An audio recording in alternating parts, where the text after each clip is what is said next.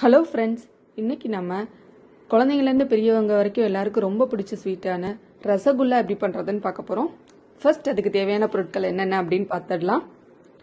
பால், சீனி, எலுமிச்சைச்சாறு, ஏலக்காய், இந்த 4 பொருட்கள் தான் தேவை. நான் இன்னைக்கு 1 லிட்டர் பால் எடுத்திருக்கேன். அதுக்கு 1 கப் அளவுக்கு சீனி எடுத்திருக்கேன். 2 நார்மல் சைஸ் எலுமிச்சம்பழத்தை புழிஞ்சு சாறு எடுத்து வச்சிருக்கேன். அப்புறம் 4 ஏலக்காயை தட்டி எடுத்து வச்சிருக்கேன். ஃபர்ஸ்ட் நாம எடுத்து வச்சிருக்கிற பாலை நல்லா காய்ச்சிடலாம்னா நல்லா கொதிக்க வைக்கிற அளவுக்கு வர தேவையில்லை. ஜஸ்ட் பால் நல்லா பொங்கி வந்தா போதும்.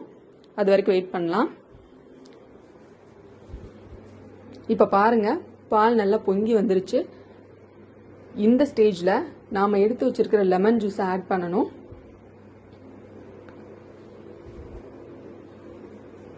இப்ப பாருங்க, லெமன் ஜூஸ் ஆட் பண்ண போறேன். ஆட் பண்ணதுக்கு அப்புறமா பால் நல்லா திரண்டு வந்துடும். ஆட் பண்ணி 1 நிமிஷத்துக்குள்ள பால் நல்லா திரண்டுரும். பாருங்க, ஒரு 2 நிமிஷம் அப்படியே மீடியம் ஃப்ளேம்ல வச்சு லைட்டா கிண்டி விடுங்க.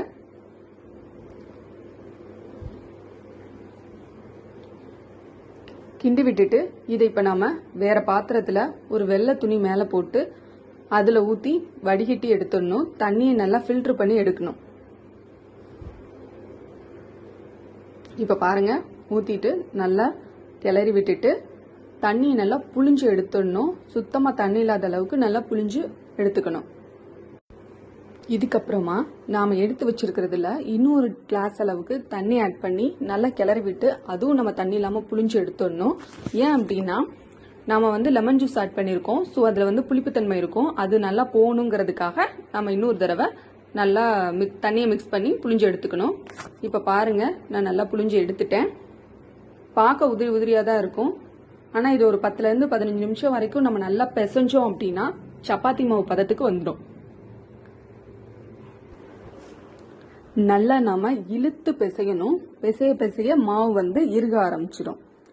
ஸோ இப்ப பாருங்க, கொஞ்சம் நல்லா இறுகிடுச்சு. இன்னும் நல்லா அழுத்தி பிசையணும். நான் இப்ப ஒரு 10 மினிட்ஸ் பிசைஞ்சதுக்கு அப்புறமா நல்ல சப்பாத்தி மாவு பதத்துக்கு வந்துருச்சு. இப்ப உருண்டை பண்றதுக்கு முன்னாடி சக்கரை பாகு ரெடி பண்ணிடலாம். அதுக்கு நாம இப்ப 1 கப் அளவுக்கு சீனி எடுத்துக்கோல, அதுக்கு 1.5 கப் அளவுக்கு தண்ணி ஊத்தி எடுத்து வச்சிருக்கிற சீனியை இதுல ஆட் பண்ணி நல்லா மிக்ஸ் பண்ணி விட்டுருங்க. மிக்ஸ் பண்ணி விட்டுட்டு அடுப்பை மீடியம் ஃப்ளேம்ல வச்சுட்டு சீனி நல்லா கரையிறதுக்குள்ள நாம உருண்டை ரெடி பண்ணி வச்சிடலாம். இப்ப பாருங்க, நாம உருண்டை பிடிக்க ஆரம்பிச்சிடலாம். இப்ப நாம மாவை உள்ளங்கையில வச்சு நல்லா உருண்டை பண்ணி எடுத்துக்கலாம். விரிசல் இல்லாம நல்லா பண்ணி எடுத்துக்கோங்க. இப்ப பாருங்க, இதே மாதிரி ரெடி பண்ணி எடுத்துக்கோங்க.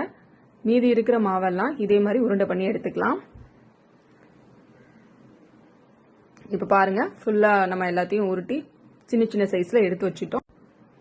இப்ப பாருங்க, சக்கரை நல்லா கரைஞ்சு நல்லா கொதிச்சிட்டு இருக்கு. இந்த ஸ்டேஜ்ல நாம தட்டி வச்சிருக்கிற ஏலக்காயை போட்டுறலாம்.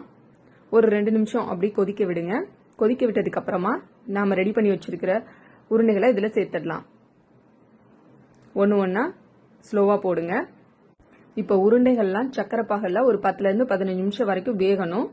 ஸோ எல்லாம் போட்டு முடிச்சுட்டு நாம ஒரு மூடி போட்டு மூடி வச்சிடலாம். இப்போ ஒரு 10 நிமிஷத்துக்கு அப்புறமா நான் திறந்து பாக்குறேன். நான் போட்டதை விட சைஸ் கொஞ்சம் பெருசா இருக்கு, நல்லா வெந்திருக்கு. இன்னும் ஒரு 5 நிமிஷம் வெந்துச்சு அப்படின்னா நல்லா ஃபுல்லா கரெக்டா இருக்கும். இப்போ ஒரு கரண்டி வச்சு லைட்டா திருப்பி விட்டுக்கலாம். இப்ப பாருங்க, 15 நிமிஷம் ஆயிருக்கு. உருண்டை நல்லா சக்கரை பாகல நல்லா வெந்துருச்சு. இந்த ஸ்டேஜ்ல நம்ம வேற ஒரு பாத்திரத்துல மாத்திட்டு 3ல இருந்து 4 மணி நேரம் வரைக்கும் நல்லா ஊற வைக்கணும். எவ்வளோ நேரம் நம்ம அதிகமான ஒரு 6 மணி நேரம் 7 மணி நேரம் ஆனா கூட பரவாயில்ல, எவ்வளோ நேரம் ஊறுதோ அந்த அளவுக்கு இதோட டேஸ்ட் நல்லா இருக்கும். இப்ப பாருங்க, நான் ஒரு 4 மணி நேரம் ஊற வச்சு எடுத்திருக்கேன். எவ்வளோ நல்லா உருண்டைகள்லாம் சக்கரை பாக நல்லா இழுத்துருக்குன்னு பாருங்க. உள்ளேயும் நல்லா ஸ்பாஞ்ச் மாதிரி நல்லா சாஃப்டா ரெடியா இருக்கு.